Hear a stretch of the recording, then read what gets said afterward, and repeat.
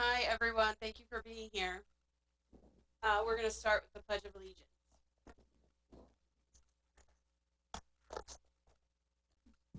I pledge allegiance to the flag of the United States of America, and to the republic for which it stands, one nation, under God, indivisible, with liberty and justice for all.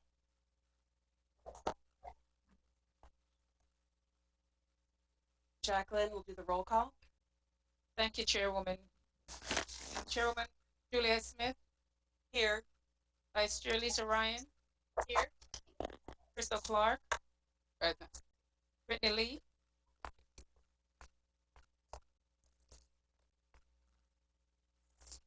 Dr. Bill Tollimer, Here. Dorian Johnson, Present. and Vice Mayor Jeff Amara. Here.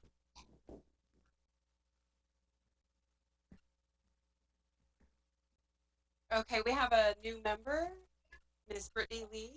Do you want to just tell us a little bit about you?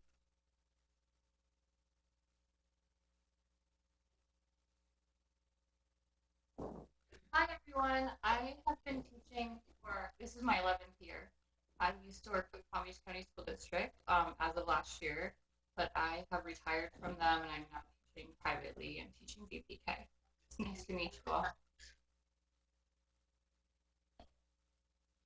Thank you. And we have another person coming starting next meeting.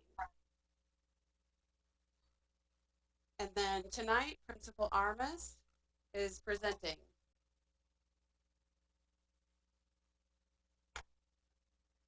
Hi, everybody. Appreciate you having me. This is always a important day for me because I enjoy talking about Royal Palm Beach High School. This is Jacqueline. You're gonna get that? There you go. Is it showing now? Oh, it went away. Yes. There it is. Are we good? Yes. So this is the 11th time that I've gotten to give this presentation to this board, and seeing as there were actually none of you were around back then when I did this the first time, other than Jacqueline and Miss Andrews, I thought I'd give a quick reintroduction of where I've been in my career. I started in the business because I wanted to coach basketball. So I started outside of the district back in 1987. This is my 34th year now in education. I don't know why that's doing that. Why are we doing that? And so I started outside of the district, and I came to this district to be the boys basketball coach at Suncoast back in 1994. I was there for 5 years. I went to Jupiter, and in my last year at Jupiter, after 16 years of being in the classroom, I went over to the dark side and into administration, and which is obviously where I've been since then. After a year of being an assistant principal at Jupiter, the principal there at Jupiter at the time, my mentor, Lynn McGee, was named as the first principal at Seminole Ridge. She took me with her as her assistant principal for curriculum, so I was there for 2 years before I got my first principalship at Lake Worth Middle School, where it was really a great place and we really loved it. But then I had an opportunity to come to Royal Palm Beach High School, which I had always looked at as one of the premier jobs in the district, and so now and I really wanted it, and so this is now my 11th year doing this, and so basically that just makes me a dinosaur at this point, right? Because I look around the room and I'm always one of the older principals now and that kind of stuff. But throughout that time, those 34 years, unlike the dinosaurs, I tried to evolve and tried to stay, keep up with the times. And as part of Royal Palm Beach High School, I've had to, just knowing that in the 11 years that I've been here, we've had 5 different superintendents and I've had 8 different direct supervisors just in those 11 years. So you have to, obviously we have to evolve, and the way that and I've done that, and the way that we have approached Royal Palm Beach High School and the work that we do here is that I kind of have, not that I ever quantified it, but really I have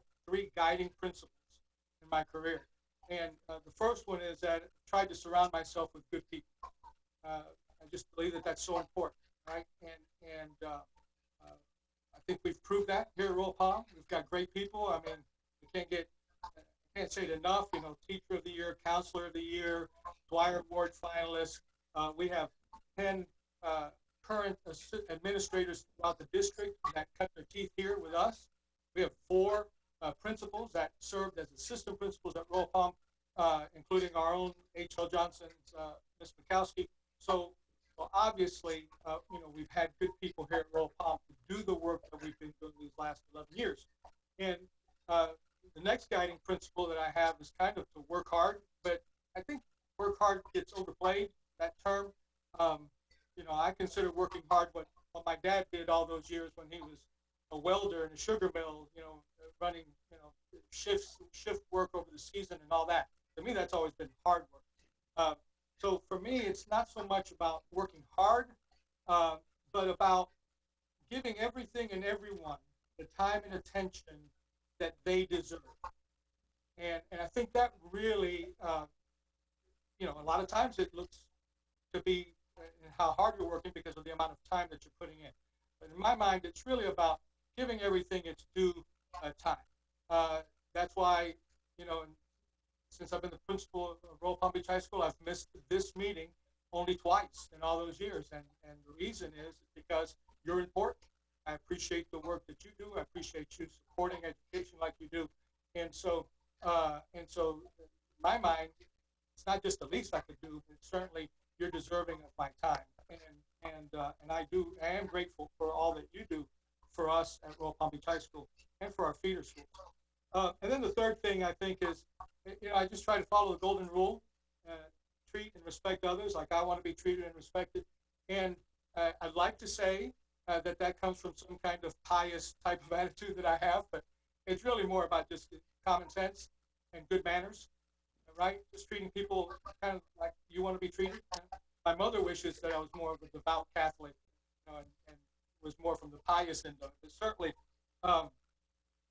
I just think of it as it, being the right thing to do. And so these 3 guiding principles really have led the work that we've done at Royal Palm Beach High School. It really have led the work that I've done in my entire career. And so, like, the dinosaur, it didn't evolve. I've tried to evolve.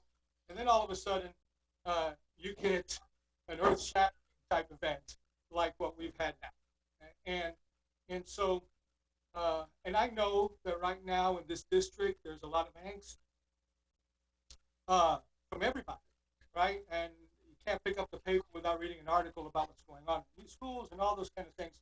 And the truth of the matter is that I appreciate the work, how empathetic our board has been. No one more so than our Miss Andrews, right? Looking out for kids and for our employees. And I understand the hard work that our leadership has in having to navigate through times that really have, are unprecedented, as we've all said and heard many times. And so, but as far as I'm concerned, here in our village and here at Royal Palm Beach High School, I try not to get caught up with all of that stuff that's going on everywhere else. And what we're trying to do is basically what we've always done, because in times of crisis, the best thing you can do is to go back to your core, right? Your core beliefs. Of course, the first thing in times of crisis, the most important thing is to keep your head, right? And that was Marie Antoinette who said that. And so, I don't know if it worked out for her very well, right? But as Edward Albert said, in times of life crisis, the first thing you got to do is go back to your basics. So our philosophy throughout all of this COVID-19 thing is that, and what we've done so far and how we're looking to go forward, everything goes back to our core values, right? Those guiding principles that we have. And I really believe that when you're true to those guiding principles, I believe things will work out. They've worked out for us for the most part throughout these years. So our response to everything that's going on is really going back to our guiding principles and handling our vision of excellence and just ensuring that we're still furthering that vision, right? And you've all seen it before, so we're not going to get into it in this presentation, but it is our vision and we do believe in it. And when you have a good solid foundation like that, I do believe that can drive the work in a good direction. Everything that we do at Royal Palm Beach High School, we do based on culture, systems, and instruction.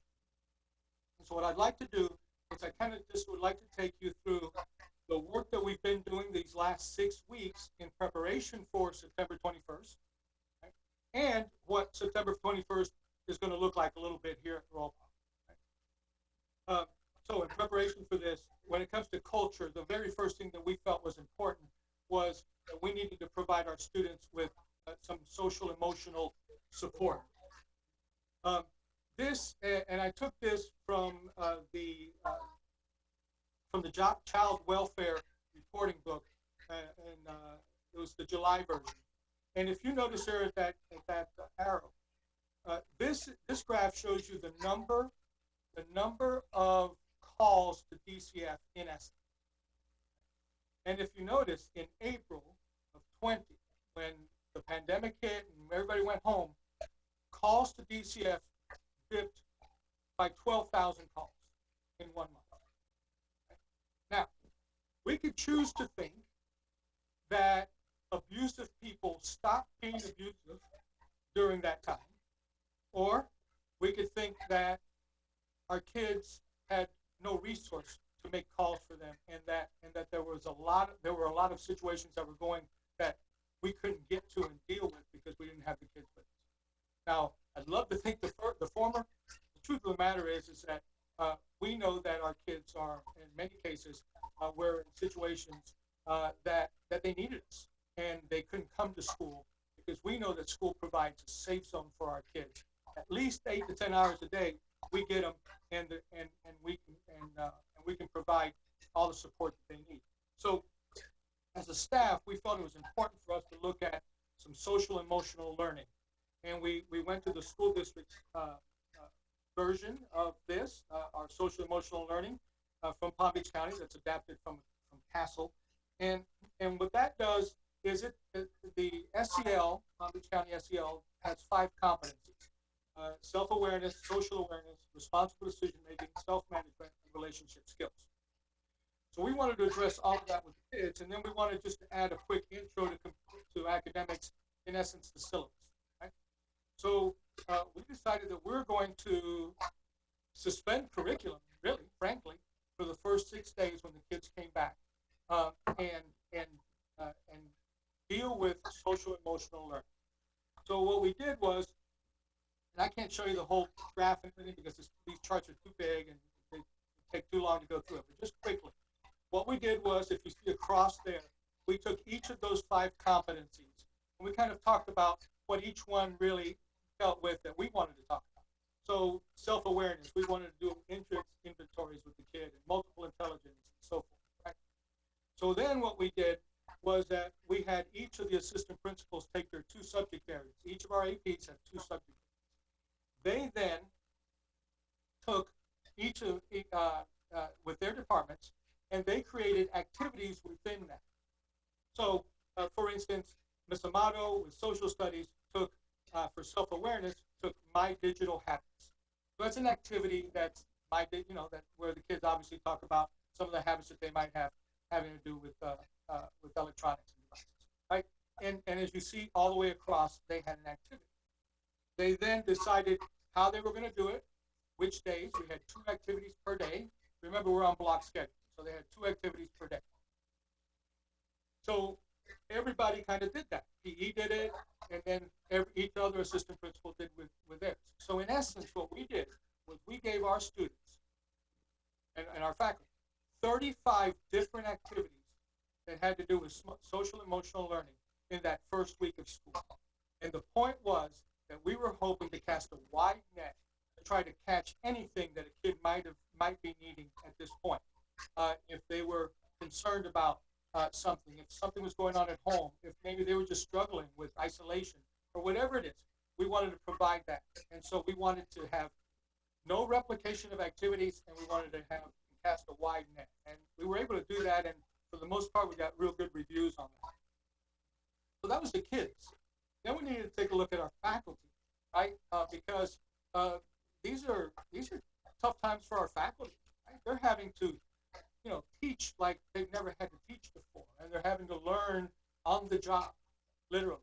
And so the board was wise in giving us 2 extra days of preschool for teacher professional development. So we had a total of 7 days. So we took a look at that. And if you just notice up top, we just took the 7 days and we created for each day, we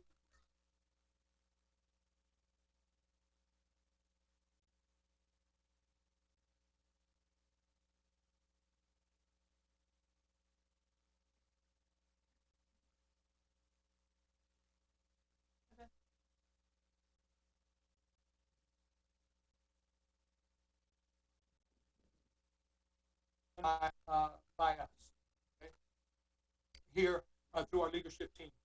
And so, like everything else we do, culture, systems, and instruction, we had we're in culture, having to do with culture. So, for example, our very first session was our welcome back. Everybody, it was the target audience was for everybody, and then it was required. Now, some sessions we required, some sessions we gave them an option of which ones to go to. We ran them concurrently, like you would see in a conference session. So, and obviously I'm not asking you to look at this, but just you see here all the different sessions that our faculty could have gone to, right, to that dealing with culture. You notice that about half of them were required, the other half they could choose to go to whichever ones they prefer. In systems, notice the systems. Now, a couple of things to notice here, and really this didn't jump out at me until I actually put all this in charts. You notice that for systems, we have fewer sessions because obviously, we want to create systems in place, but we don't have tons of them. And you notice that all of our systems were required, and I think that just speaks to our philosophy of how we do things here. When we're doing a system, we want that system to be tight, and we want everybody to be lockstep into how we're going about working that system, whether it's safety or mental health or whatever it is. And I obviously don't expect you to read this because this is tiny, but I just want you to see the total number of instructional sessions that we provided for our faculty that week, right? And notice that here, opposite of systems, there's only one that's required. And we'll talk later about how I give faculty academic freedom. And this just goes to show that we allow faculty to drive a lot of their own instruction and those kind of things. So you can see that it was a week that was full. Teachers had X number of sessions that they needed to go to, and we thought that it was really comprehensive, and that our instructional leadership team did a great job of rolling it out, and then of delivering the professional development. And then, of course, that's what it looks like when you put it all together, because you have concurrent sessions. So that was culture. Some of the other things that we've been doing and will be doing having to do with systems, the first thing was our distribution days. We had a lot of kids that we had to get stuff to, and that we had to collect things from last year. So we had a total of 7 distribution days. We did it by grade level and then had 3 makeups. So we ran a total of 7 days where we were we're distributing and collecting things. You notice there that 1,600, over 1,600 of our 2,400 students actually came up and got their stuff and brought us stuff back. We had different stations. They were dropping off textbooks, uniforms, musical instruments, and they were picking up their locker stuff from last year, and then, of course, textbooks and any other supplies that they may need now. The next thing for systems that was very important for us to distribute are the devices, right? Because the district is going to a one-on-one. Again, the leadership and the board, great job in spending the money to get our kids so that we become a one-to-one district. I think it's fantastic, and so for us, we've been distributing devices. We've checked out so far 1,436 devices. That includes the ones we gave out now and the ones that we gave out in the spring. We have 690 Chromebooks that we still have left in stock. We have a total of 450 laptops that are in transit. We still haven't gotten them, but they're close. And those are going, the reason they're laptops and not Chromebooks is because our CTE students, our industry certification students, some of the software that's required for them to take those industry certification tests, the Chromebook can't handle. So those kids need a laptop. So once we get those laptops, we'll either give those to the CTE kids or swap them out for the Chromebooks. When you look at the total, we have over 2,500 devices, and we have about 2,400 students. So we should have a few left in reserve to be able to, replace when things go bad and those kind of things. So basically, in essence, Royal Palm Beach High School at this point has become a one-to-one school, and we're excited about that. And then moving forward, one of the very important things that we had to do was that we have to create a system for how we're coming back to school, right? And again, we concentrate on what Royal Palm Beach High School is doing, and we remain true to our guiding principles and to our vision. And so our plan is our plan, and this is what we've come up with. So we call it the Click the Brick, and love to take credit for that gimmicky name, but Ms. Wetzel actually is the one that introduced us to that Click the Brick whole gimmick.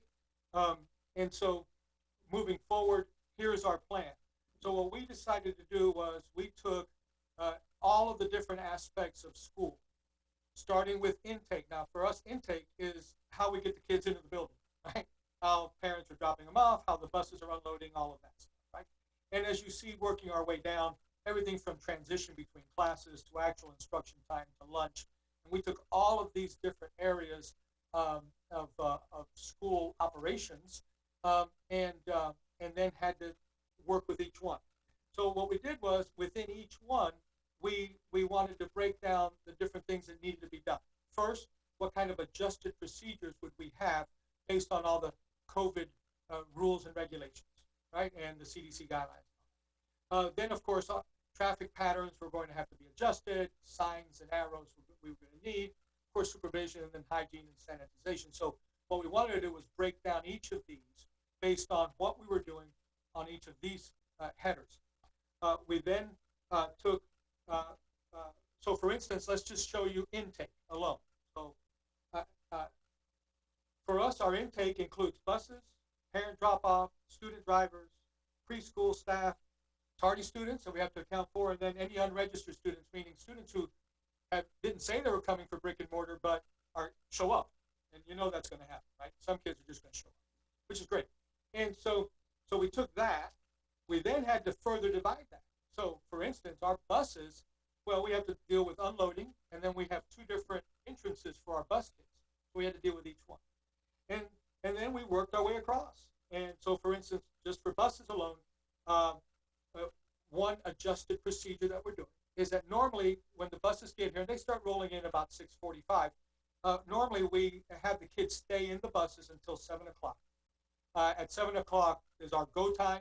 We open up the doors, and then we start getting the kids in, right? So one thing but what happens is when you have 20 buses unloading, of course, you have a mass of kids, and there's no such thing as social distance. So one of the things that we're doing is that we're just going to be ready to go at 6:45, and we're going to unload them the minute they get here. And that way, since the buses don't all get here at the same time, we hope that staggering will help reduce the instances of kids being too close to each other. And then instead of just letting them go to either one of the two entrances, we're actually going to say, as the first bus gets here, we're going to say, you go there. And the next bus, you go to the other door. And we're going to alternate it that way. Again, just trying to create situations where CDC guidelines are more apt to be followed, right? And of course, we have to have signs and arrows and all that kind of stuff. So we create a whole spreadsheet of that. And by the way, this spreadsheet, when you look at it on Google Sheets, has links. When we talk about the visitor policy, we link it to the visitors policy that our school board came up with for COVID. And so this is, by the way, just the intake. You saw that there were 15 of these. So this is a huge spreadsheet. Our leadership team has had to create protocols for all of this, and now we have to make it happen, right? And again, we know we can, but certainly there's a lot of work involved. Just a few things that you can see, traffic patterns. We bought a little bit, some fancy little stickers for kids to stand in, but they're expensive, so I didn't spend too much money on this fancy stuff, right? And so like that, for example, is student services. where we've put it out, laid it out. We've also created, oh, and we bought some fancy arrows, but again, a little bit too expensive. So me being cheap, we bought a few, but we're creating our own arrows for the most part, right? But we wanted to have something that was Wildcat related. So here you see traffic pattern. You see that we've created hallways that go in one direction. So when you come on campus, you'll see arrows directing students around. You know, for those of you who've been on our campus, you know that we're in a circle. So downstairs, we're going clockwise. Upstairs, we're going clockwise on the outside upstairs, and inside we're going counterclockwise. So we've created a system, again, to try to minimize kids huddling together. Our stairwells, we've got 4 of them. 2 will be going up, 2 will be coming down. So we're going to, and our traffic pattern will show that. So again, we're just trying to limit the amount of cross traffic. Same thing with our doors. You know, we have some indoors and we have some outdoors. Okay? Our main office, student services and guidance and school counseling department, the district has spent a lot of money, and we're grateful for that, on some PPE equipment and supplies. And one of them is plexiglass. So if you see there, it's kind of hard to see maybe a little bit there, but you can see that that's our student services, and we have plexiglass there for our clerical staff. We have again in the main office too. And just some of the things that we've ordered. First of all, the district has given us also a budget. They've given us extra money for this. Again, very grateful for that. And so some of the things for PPE that we've had, Rural Palm, as far as came into the budget and we've spent money on it, you know, we've bought some sanitizer pumps, some refills. We bought each teacher spray bottles so that they can wipe down their desks if they so choose to. We've got some nice, you know, Wildcat masks with the logo and stuff for our faculty. The district also provided every teacher with 10 masks and a shield. And they've provided every student with 5 masks, all washable, all 3-ply. Right? And then thanks to the village, we were able to get 1 mask per student. And so we're grateful to the village for giving us that. Right? Other safety equipment, we have, using some of our money and the district money the district funded money, we've bought 70 automated hand sanitizer little stations. You know, the ones, you know, the Purell ones, you know, you stick your hand under it, boom, it gives you that stuff. And we're putting it, 70 of them, so we're putting them all over campus. We're in the process of putting those up. Should be done by Monday. Of course, all the arrows and all the things that we've brought in for that. The district has bought plexiglass for every teacher. Now, that's being delivered. It certainly won't be here by the 21st, right? But the minute we can get it put up, we will. They've also given the teachers other things, including wipes and those kind of things. So, so it's a team effort here, district and us, in trying to make sure that our teachers have all the people and our staff have all the PPE that they need. And then finally, instruction. I want to talk a little bit about lesson delivery, because I feel like if we're getting, you know, again, lots of mixed messages and all that kind of stuff. And again, we're going to go back to our guiding principles and what we've done at Royal Palm these 11 years that we believe have allowed us to be successful. First of all, teachers have academic freedom. I don't tell teachers how to deliver a lesson.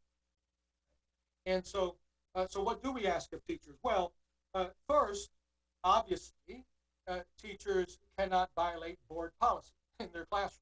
So the first and foremost is that they have to make sure that they're following board policy. Then the next thing they have to do is they have to teach the Florida standards, right? There's just no, those two are you know, I've lost the word for it, but you know, there's no arguing that. I mean, that is what we do, right, by law. The one thing we have the majority of our teachers do in subject areas is we have them follow the continuous improvement model, and we believe at Royal Palm it's been very successful for us, so we ask our teachers to do that. And then finally, we ask our teachers to deliver rigorous and engaging lessons, and we have our own definitions of those that we could discuss for another presentation, but certainly that. They do all of that, ding, they're in.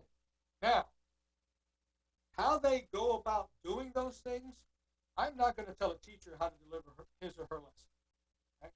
The teacher can make all of that happen and create relationships and get kids to learn, and they do it by standing on their heads, then bing, bing, stand on your head, right? Because everybody, we have 13,000 teachers in this district or so, and each one delivers their lessons in the way they do, because that's what teaching is. Teaching is a personal, subjective thing, and you have to teach based on who you are and your personality and your strengths. And so we would never impose on our teachers, hey, you're going to do it this way. You're going to use Chromebooks. You're not going to use Chromebooks. You're going to do this. You're going to use the flat panel. You're not going to use the flat panel. I don't get involved in that. Here's what we do at Royal Palm. And so our classrooms will look based on having all of these things, and then how the teachers will deliver their lessons. And then, of course, the classroom configurations. This is for the lawyers in the group. This is what we have to do. And so that was the fine print. We'll move on. This is a picture of one of our classrooms. And we did this. I did not delegate this out. Those tapes I put on. And what we did was, as a leadership team, when I say leadership, not even our whole leadership team, this was only the APs and we went in to each room, and we decided what we felt was the best configuration for that room that would maximize social distancing, while at the same time allowing for us to ensure that we had enough seats to be able to provide instruction. So this is one example. For the most part, a lot of the rooms just got checkerboarded like that, right? And we put the tape down, and obviously don't sit in a chair that's got an X. That's really how it came down. Now, there you see that same room, kind of a wider angle. So you see in most classrooms, what we saw that we cut it down to about 40 to not quite 50%. I don't know why it's doing that. There you go. Not quite 50% in each classroom, right? Now, I know that sometimes some pictures have been sent out of classrooms where the desks were removed and those kind of things. Folks, I don't have the manpower, the storage location, the time, none of that for us to begin to remove desks. We're just not doing it, right? So the teacher will ensure that students aren't sitting in the X's, and they will get the kids to sit as far away from each other as possible. So, Dr. Armis, this is Yeah. Bill Tolmer. Yes, sir. Talking over 100 parents. This has been the real stigma, the classroom configurations, because people aren't sending their kids back to school if they have to sit in another classroom with a video piece and can't even be in front of the teacher. So, Correct. I know you're out of all this stuff. I just want you to kind of share your philosophy and how that's going to be, because it seems to be a big problem with the returning numbers, because those who don't want to sit in the classroom and never be in front of a teacher, they can do it at home. Correct. And so if you give me about 3 slides, I'm going to get to that. Sorry. Okay. No, that's okay. But I am going to address that, because I agree, Dr. Tolliver. It is a big concern, and it has been obviously talked about a lot. And so I just want to show you what we're doing at Roll Pop, right? So here are our labs. Normally we sit 4, sometimes 5 kids to a lab station. We've cut it down to 3 at the most, right? And then we X'd out all the extra chairs to ensure that kids weren't using them, sitting on them, and those kind of things, right? Computer stations, right? We have different configurations for our computer labs, but here you see one that has basically the rows, and you see that we did every other one, okay? And again, everybody facing forward. That's another thing that you'll see in every one of these. Okay, except for the labs, right? But in every of the other ones, we have everybody facing forward. So to getting to Dr. Tolliver's point, what is that going to look like when we start getting kids here, right? But overflow, all that kind of stuff. And I know that some people don't want to use the term overflow, but that's exactly what it is. And so we're going on our return to school survey. So here's where we are right now, where Royal Palm Beach High School is as of this morning when I pulled up the latest data. And by the way, kids have continued to do this, so this number will be off by at least 10 or 12, because we've been getting at least that every day. So we have right now a total of 2,419 students on our books. That's how many kids we have. Of the 2,419, 1,900 have registered as either being brick and mortar or being virtual. Of those 1910, I'm sorry, and then of course that leaves 509 students that have yet to register. Of those 1910 that did register, we have 1,400 of them that are going to stay virtual, leaving us with 485 students. Now, obviously, we've got 500 kids unaccounted for. You could guess that all of them are going to come in. You could guess that all of them are going to stay home, or you could guess that probably the same percentage that we're running right now is probably what will happen with this. And so right now we're predicting 25 to 30% of our student body coming back on September 1st. And on September 21st. And what we saw was that we can easily right now accommodate 40% for sure without having overflow situations with teachers who in teachers' classrooms who are here. Now, don't forget, teachers can apply to work remotely, okay? And that's being worked through HR. That's each teacher has that decision to make in HR and board policy and our leadership. So that right now is out of my hands. But having said that, we still need to be ready for this and be ready for overflow situations. So here's what we've done. We've created some overflow rooms, for lack of a better term. First, remember our auditorium can seat 800. I can get 100 in and be perfectly fine socially distanced. Right? I can fit every period except for our lunch period. I can fit 60 kids in the cafeteria, again, socially distant. And then took the mat out of the wrestling room, since they don't start wrestling until the wintertime, and took our chorus teacher and moved her to another room because our chorus room is a large room. And so we were able to accommodate that. So that gives us a total of 250 overflow seats. Right? So to Dr. Tollimer's question, are we going to have to use that? Maybe. If we have remote teachers who get approved by HR, then we'll have students who, if my fourth period teacher is teaching remotely, but I'm brick and mortar, then I'm going to have to go to one of these overflow rooms. Okay? There we will be set up. We'll have plenty of supervision. Each kid is going to bring their own device anyway. We will, if they don't have their own earphones, we will provide them for them, ensuring that we're sanitizing in between periods and all that kind of stuff. So we have a plan as to how to handle this. We're not going to have kids go into other teachers' classrooms. I'm not having a teacher supervise another teacher's classroom, right? And so we feel that this 250 can not only handle for now, can not only handle anything, any remote teachers that may get approved through HR, but also any overflow situations within a classroom. I really don't, right now, I'm not, on September 21st, I'm not too concerned about overflow for now, right? And we'll kind of see, right? But again, folks, if it happens, then we'll do what we've always done. We go back to our vision, we go back to our guiding principles, we look out for kids, we'll communicate with parents, and we'll let them know exactly what's going on. If the time comes that we do have to have kids that have to go in an overflow and some kind, we'll create a rotation model where, and we already have thought about this, we'll create some kind of rotation model, we'll communicate with parents, and we'll ensure that those kids are not losing out on the instruction that they deserve. Right? Dr. Tollimer, does that answer that? Yeah, thank you. What I'm hearing and going to see, once everybody goes in and they're in a classroom, they'll tell their friends and their friends will switch.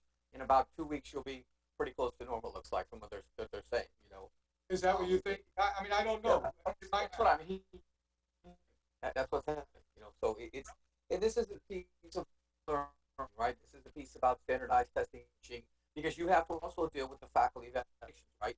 How in the world world, you're going to evaluate faculty doing two different situations in an overflow and online and in the class. You know, those are things that you're going to be challenged with as well.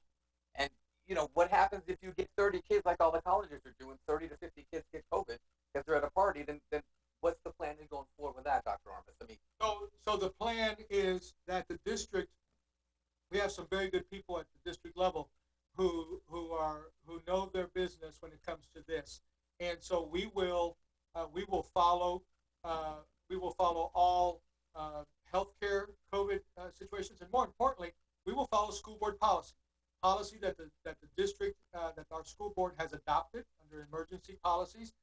I've lost track. I think that one might be 3.8 something, right, or 5 point something. But we have them.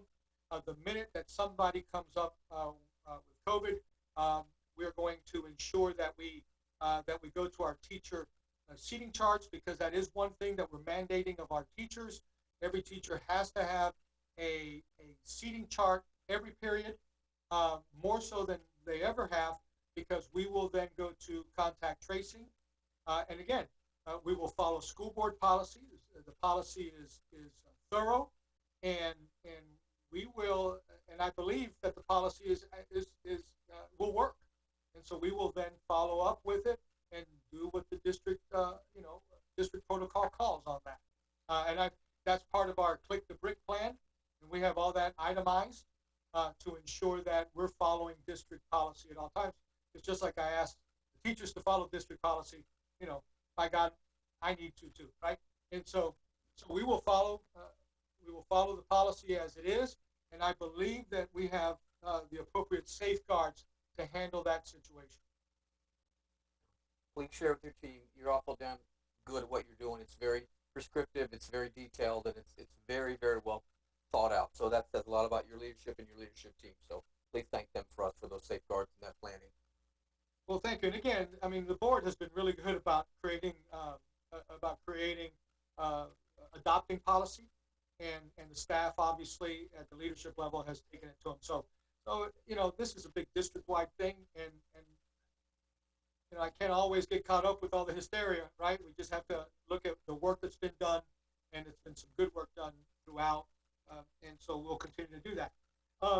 So that's our plan, right? Of course, to that, you know what Mike Tyson said, right? Everyone's got a plan until you get punched in the mouth. And so we have a plan. And I think the most important thing that I can send to this community is what I will tell our parents.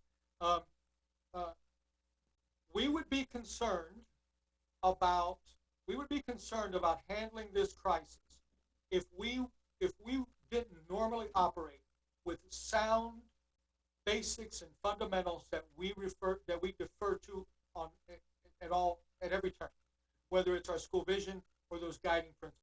We believe it's gotten us through 11 years of what I believe has been some good work. It's gotten me through my career, and certainly we will continue to do that. We will continue to communicate with parents. Tomorrow night at our SAC meeting, I'll be giving a similar presentation, but that will detail a little bit more about what school will look like.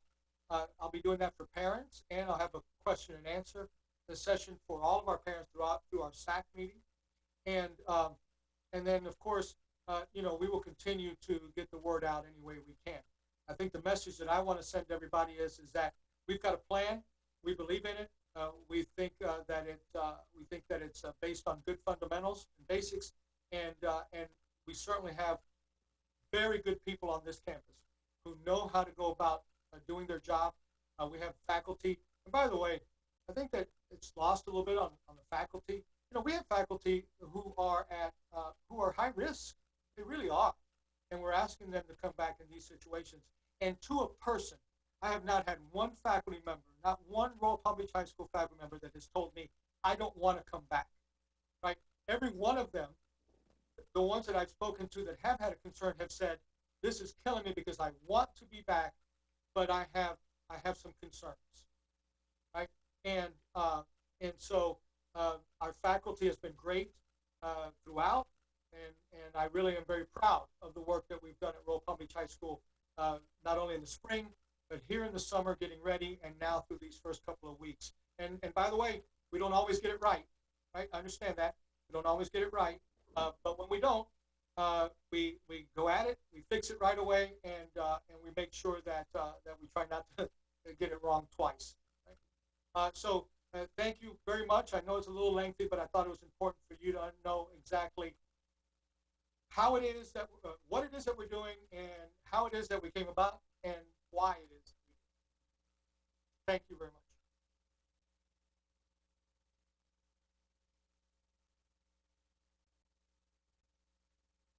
Thank you, Principal Armas. That was great, and I love your Bitmoji. I know they're really popular. um, okay, report from, I think, Central Region, Ms. Haynes.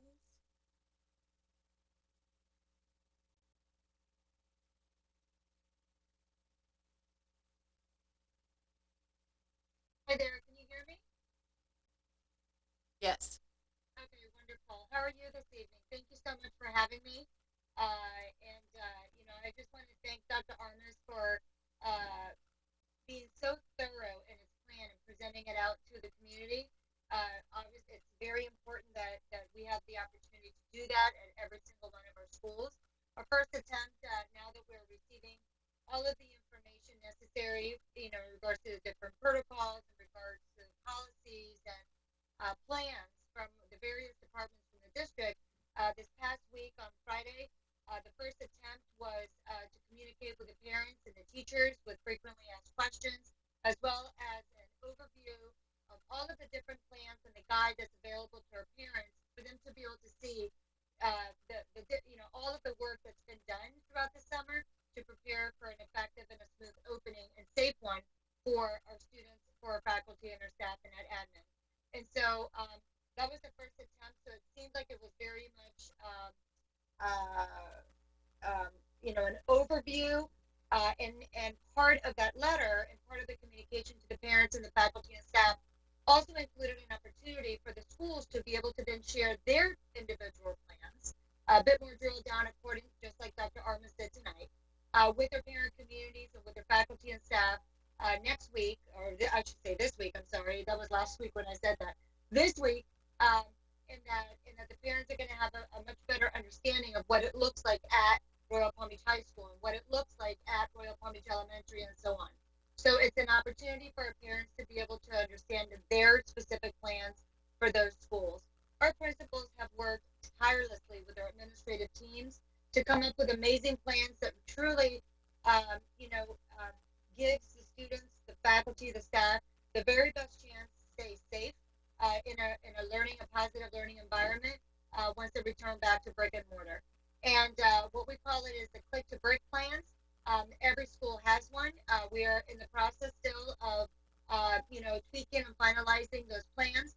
But I want to say that even though there's been, quite a bit of noise, through our media, some positives, some not so much, our principals have done an amazing job with their leadership teams to be able to make sure that they have a plan that will be the very best possible for individual schools.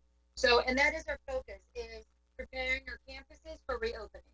We're at the finishing touches in many of our campuses.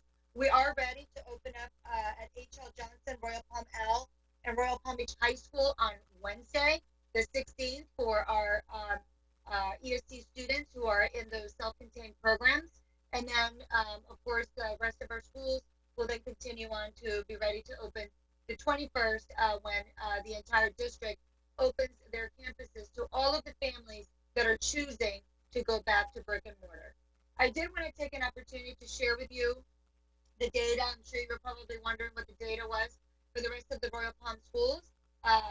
The selection of the parent selection to start either virtual, the distance learning, or to come back brick and mortar. So I have those breakdowns for you. Dr. Armas already shared Royal Palm Beach High Schools. I'm going to follow up with Crestwood Middle School. So far, it's 28% of the families have selected to go back brick mortar, and 61% of the families have selected to stay in distance learning. Royal Palm Beach L, 46% of those families brick and mortar, and then 45% of those families have selected to stay with distance learning. H.L. Johnson, 44% brick mortar, and 51% distance learning. And yes, and some of these, it does not add up to 100%. And that's because the remainder of that are those families who have not yet answered. And also Cypress Trails, 42% of those families brick mortar and 40% wants to continue in distance learning. So those are the breakdowns. With the exception of Crestwood, it pretty much is about 50-50. And so our schools are absolutely prepared and ready to welcome their students accordingly.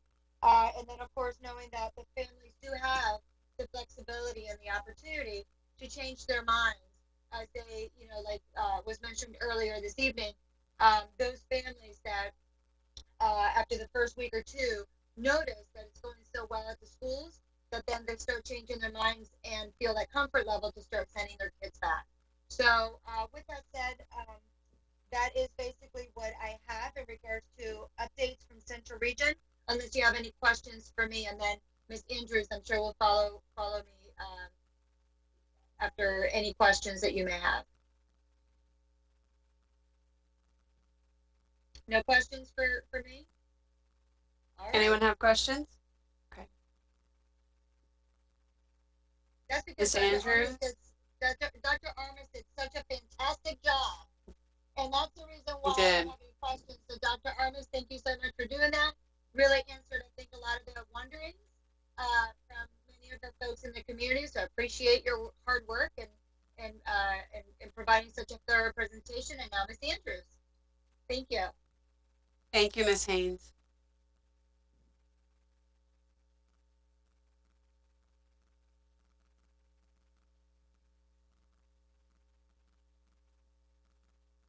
Okay, great. Can you hear me, everyone? Great, thank you. Thank you, Dr. Absolutely fabulous. Surprised to see that you are ready to go and you have done the work to make sure that all of the children, the staff, everyone at Royal Palm Beach High School is ready to go. You're looking out for the safety and health for everyone. Certainly academics is number one. I love the idea that you did the emotional and social process for getting a preschool and the first few days. Absolutely great to help people understand. As we all know, that Palm Beach County is the 10th largest school district in the United States of America. It's a big place here. And with 185 schools, we're all different. And so people think, well, we're already at the same way. We're not. We're different. We have different leaders. And I can tell you that I feel really good about this area, the Royal Palm Beach area, the leadership that we have is excellent. I say that over and over to you, as well as the students, the parents, the teachers, the bus drivers, the custodians, the food service, everybody, the staff, everyone who's here truly love their work. They want to be in school. They truly want to be back there, but there are different reasons why people may not be able to come, and parents are a little bit concerned. We're in a pandemic, everyone. We're still in it, even though we're getting a lot of great things done. We're still in a pandemic. So some parents want to hold a little bit. Some of them haven't filled the survey out yet. They haven't completed it because they're not really sure. So I love it that you're having a SAT meeting and that you're out there telling everybody what it's going to look like, what it's going to feel like when children come back to brick. We had a pretty wonderful, successful opening with distance learning. Thank you, principals. You're awesome. I get a chance to see you on the computer and I say, yay, I missed you. But I love you, and I know many in the schools, but months and months getting ready for this. And you can read a clip, but many times people don't know the hard work that it takes behind the scenes to get ready for the 10th largest district to open up, to make sure everyone is safe. And when we think about our, we're like Miami-Dade and Broward. We're the big ones down here, and we've had a lot of issues as it relates to COVID-19 and the pandemic, and we're now beginning to do better. And that's a great thing, and we've been looking to do better. Our children are ready to go back. Our parents want them to go back. So trying to modify ourselves to make sure that we don't push anybody that truly does not want that. And so when we look at the 21st of September for coming, that's for those who choose to come back. Students are saying, their parents are saying, come back later. We want to look at this for a few weeks to just see how the school district does it. If it looks like it is doing a great job, let's get ready. The crowd will be coming. Sure. And the same thing for the teachers. You got to remember, and the bus drivers, cafeteria workers, and the custodians. All of those people have families too. They have issues as it relates to themselves. Safe. And as a school board, we want to make sure everybody knows that our priority is to make sure everyone is safe. Safety and the main thing before we open up anything. This is why we started with this learning. This is why we pushed it back to August the 31st. This is why we pushed back these dates now that we're going into this week for ESC. We want to start small with them to make sure that they're not overwhelmed back into the building. And we've got smart principals, smart leaders, teachers, and staff that will be quick to readjust, to be flexible, because there's not going to be a one size fits all everybody. And as you've looked at the district to the north of us that open, you have different things that will happen. And we have to be ready. The school district of Palm Beach County, the board, we put policies in place with criteria as it relates to students as well as adults who may have issues, may test positive, may get an infection. We know what we have to do in isolation and contact tracing, those kinds of things, making sure that we get people tested as quickly as possible. One of our goals is to get some rapid testing just for the school district of Palm Beach County. I'm hoping that that's going to happen soon. Another thing that we're working on is to get a dashboard. All of the community, the school, everybody can see what's going on in each school, because we know things are going to happen. We're in a new normal here. We've made the best plans that we see do. We don't control what happens when kids come back, when teachers and comes back, when the buses start rolling. We want to space the children out as much as possible on the buses, but we know things happen. I love it, Mr. Armis, that you're going to be out there letting everybody off early and creating an atmosphere where they won't be crowded together.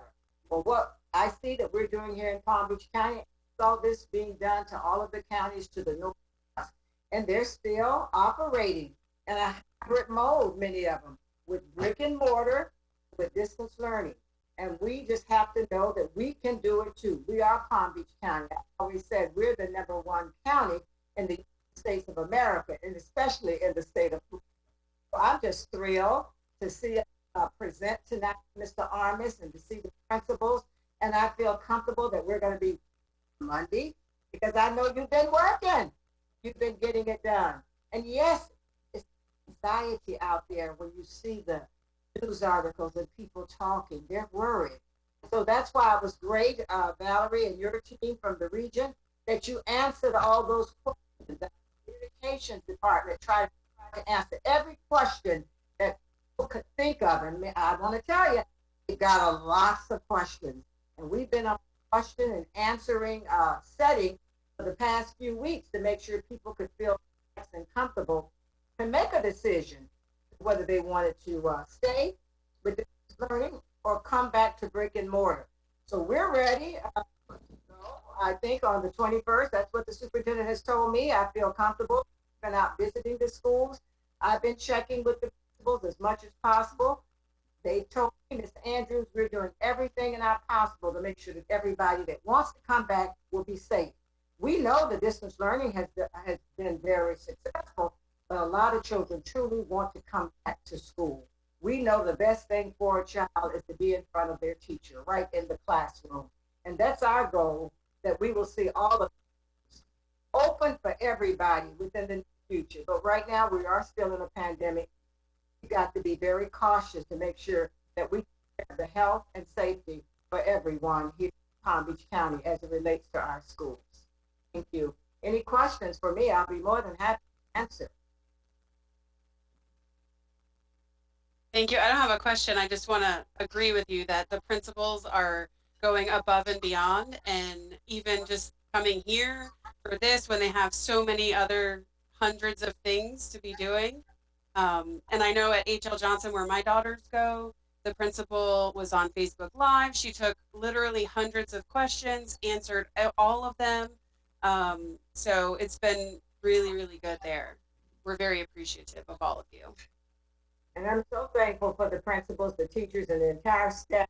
It takes a whole village. And we know that. The Royal Palm Beach, you've got an excellent team working before the pandemic. You'll be continually working smoothly and successfully after the pandemic. But you know how to rise to the occasion during this critical time that we're in right now.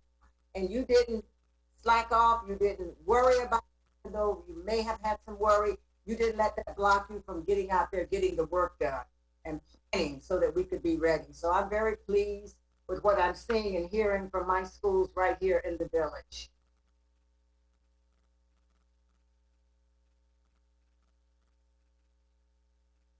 Thank you. Any other questions, comments? Okay. Any principals have any comments that they want to make or reports? If not, then we're going to go to our student council representative report, Darian Johnson. Hello, can you guys hear me? Yes. All right, great. Good evening. I stand on the words of Maya Angelou.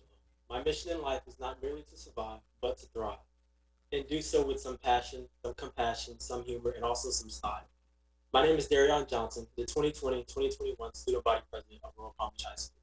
And it is an honor and privilege to sit before such prestigious innovators to gather information. If I may have a moment of personal privilege, I would like to thank God, my family, my friends, my school, and my community for this opportunity. I'm a part of various clubs on campus, First Priority and National Honor Society, just to name a few. These clubs build the inner man within me. August 18, 2020, Student Council was gifted with welcoming the incoming freshman class of 2024 into Royal Palm Beach High School. We host our first freshman virtual orientation, and it was a blast. Thank you to all of the class of 2024 who attended our Google Meet session. We enjoyed you all so much, and welcome to Wildcat territory. August 31st, 2020 started the 2020-2021 school year. I won't call it a virtual school year because I'm a firm believer that the best is yet to come, and this is just the beginning. The officers, representatives, and sponsor of Student Council got right to work on the first day of school. Ideas, plans, resources, propositions for both virtual and brick and mortar learning is what Student Council and Royal Palm Beach High School had to offer. The bravery and positivity behind all the hard work and dedication is what is needed in this season of life. Lastly, Royal Palm Beach High School objective is to ensure that the student body does not panic in this pandemic, but prospers in this pandemic. So Student Council has a plan. Every Friday, a member of Student Council will post an encouraging video or quote on our Instagram page to just show some inspiration and some devotion. So stay tuned in on our Instagram page at RPB_StepCo. I yield the floor.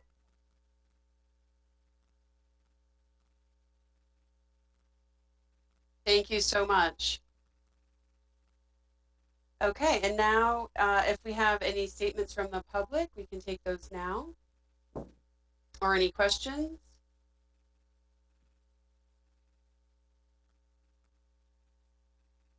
Okay, and then we need to approve the minutes of our last meeting. I move that we approve the minutes of our last August 10th, 2020 meeting. I'll second Thank you. We that. have a motion to approve. I'll Okay, second thank this. you. Okay. Jacqueline, should we still do the schools, or should we wait for the meeting for DK, or just sign one?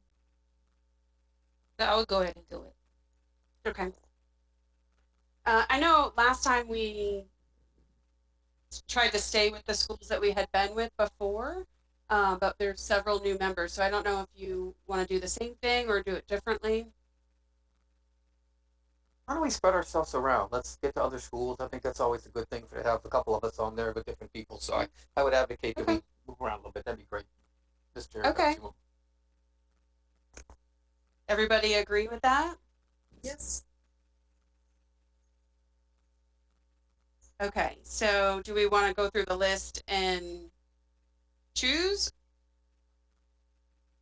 I'd like to do the high school if I could. I haven't done the high school yet. It's good to go to a been in middle school, so elementary's high school would be good for me. Okay, Okay, well then we'll just flip. Then I'll take Crestwood. Okay. How hard is it going to be for me to keep that guy straight over at the high school, Crystal? What do I got to do? Stay out of his way. Bring food. It always helps.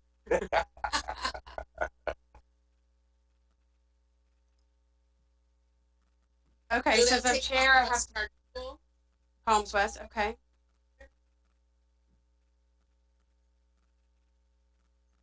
Brittany, do you have a preference? I'll take whatever. Okay, I have to do two, so I can do maybe Cypress Trails and HL.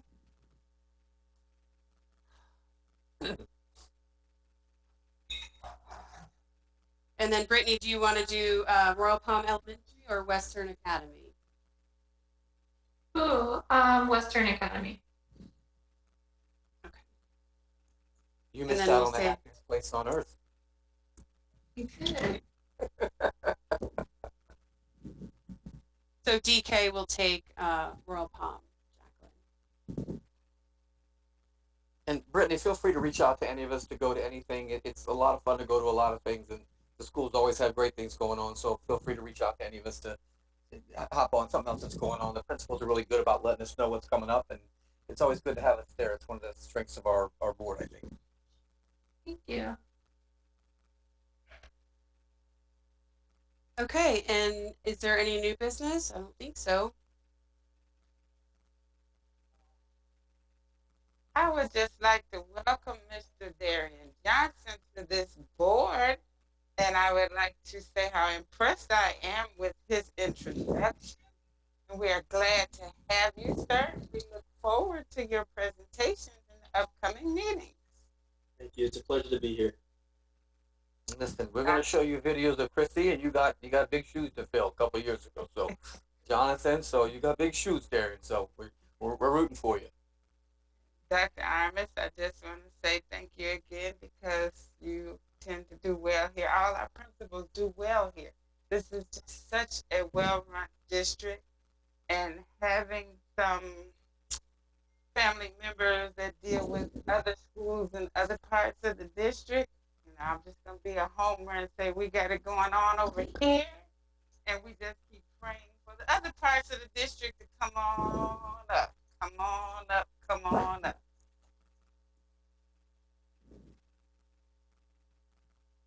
Thank you. Anybody else?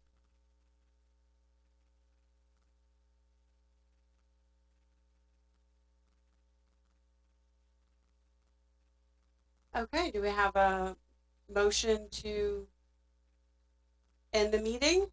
Anybody? So move. Thank you so much for everyone for coming. Thank you all.